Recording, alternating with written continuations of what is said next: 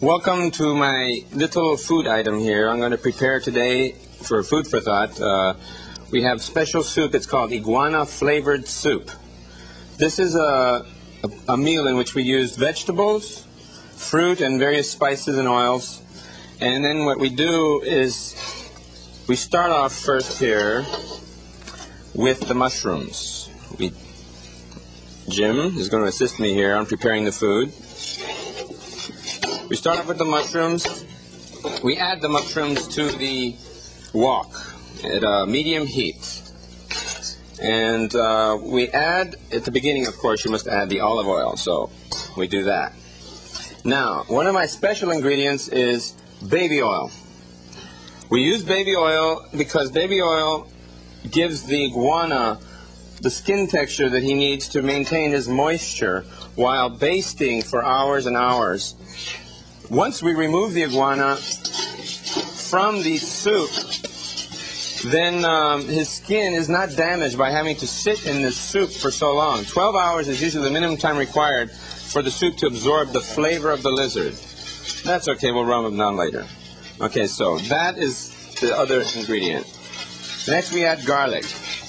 In this particular case, we don't really dice the garlic. You just put the whole thing in with package and all, just like they did with tea in the early days.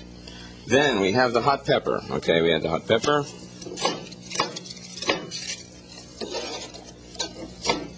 Oh, my finger. We add 4 potatoes to this. It's like a stew here. One of them will try that with my finger. Okay, we also squeeze a little juice on the lemon juice into this. We also have a little orange to give it a little orange flavor. Now we get into the good stuff. More potatoes. Now we have the green peppers. We add the green peppers. This is a red one. Oh, it's green to me. Okay. And then we add the cabbage.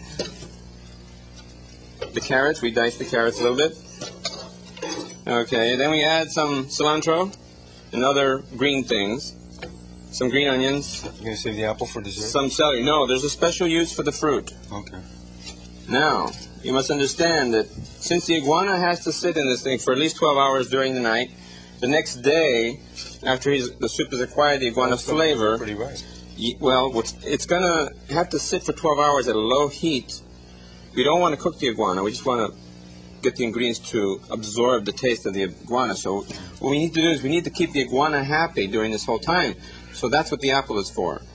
You put the bits of apple in front of the iguana. Obviously, this wok isn't large enough for this iguana, so I recommend using 2 small or 3 or 4 small iguanas instead of 1 big one. Use the apple, dice the apple, put the apple pieces in front of the mouths of the 3 little lizards as they float in the iguana soup.